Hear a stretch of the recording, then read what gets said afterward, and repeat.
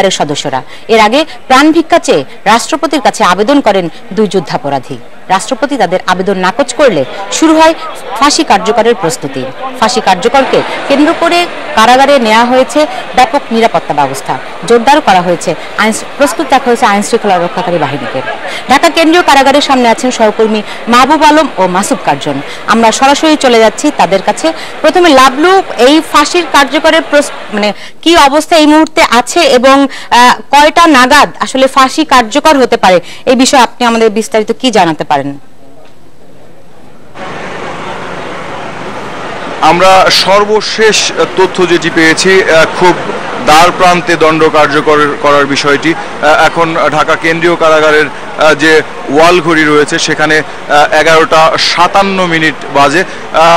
এখন থেকে আর অল্প কিছুক্ষণের মধ্যেই একজনের দণ্ড কার্যকর করার সব ধরনের প্রস্তুতি কারা কর্তৃপক্ষ নিয়েছে বলে আমরা জানতে পেরেছি। তবে এখনই সুনিশ্চিত করে সেই জিনিসটি বলা সম্ভব নয়। আমরা এখানে রয়েছি এবং সর্বশেষ তথ্য জানাতে দণ্ড কার্যকর করার সাথে সাথেই সেই বিষয়টি আমরা জানিয়ে দিতে পারবো আপনাদের আশা রাখি। তবে এখন পর্যন্ত আলিয়া হোসেন মুজাহিদের পরিবারের সদস্যরা কারা অভ্যন্তর থেকে বের হয়নি এবং তারা কারাগারের ভিতরেই অবস্থান করছে বলে আমরা জানতে পেরেছি। তবে কারা কর্তৃপক্ষের দু একজন কর্মকর্তার সাথে আমরা বিভিন্নভাবে যোগাযোগ করার চেষ্টা করেছি এবং সেখান থেকে যতটুকু তথ্য সংগ্রহ করতে পেরেছি সেটি হচ্ছে যে ঠিক মুজাহিদের পরিবারের সদস্যরা যখন বের হবেন তার থেকে 5 মিনিটের মধ্যেই এই দণ্ড কার্যকর করা হবে এবং সেক্ষেত্রে সালাউদ্দিন কাদের চৌধুরীর দণ্ড আগে কার্যকর করার সম্ভাবনাই বেশি রয়েছে বলে ওই কর্মকর্তা আমাকে জানিয়েছেন। এবং এর জন্য যে জল্লাদদের প্যানেল রয়েছে তাদেরও প্রস্তুত রাখা হয়েছে।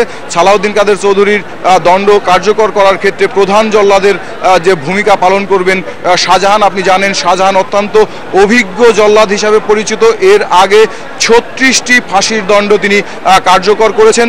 আর আজকে সালাউদ্দিন কাদের চৌধুরীর ফাঁসির দণ্ডটি কার্যকর করলে তার হাত দিয়ে 37টি দণ্ড কার্যকর করার একটি মাইল ফলক তিনি ছুঁয়ে ফেলবেন। এবং এখানে আপনি জানেন যে একজন জল্লাদ প্রতিটি দণ্ড কার্যকর করার কারণে সে কিছুটা সাজা মৌকুফ হয়ে থাকে এবং সেই সাজার মৌকুফের বিষয়টি নিয়েও আমরা কথা বলেছিলাম কারা কর্তৃপক্ষের সাথে। সেটির কোনো নির্দিষ্ট বিধিবিধান নেই। এই রায় কার্যকর করার আগে জল্লাদদের বলা হয় এই দণ্ডটি কার্যকর করা হলে তার কতদিনের সাজা মৌকুফ হতে পারে এবং তার উপর ভিত্তি করেই সেই জল্লাদ যদি রাজি হয়ে থাকে তাহলে তিনি দণ্ড কার্যকর করার পথে এগিয়ে যান। তবে এই ফাঁসির দণ্ড কার্যকর করার বিষয়ে সহকর্মী শাহাদাত স্বপন বিভিন্নভাবে সর্বশেষ তথ্য দিয়ে আমাদেরকে সমৃদ্ধ করছেন। এতক্ষণ তিনি জানার চেষ্টা করেছিলেন যে আসলে কখন এই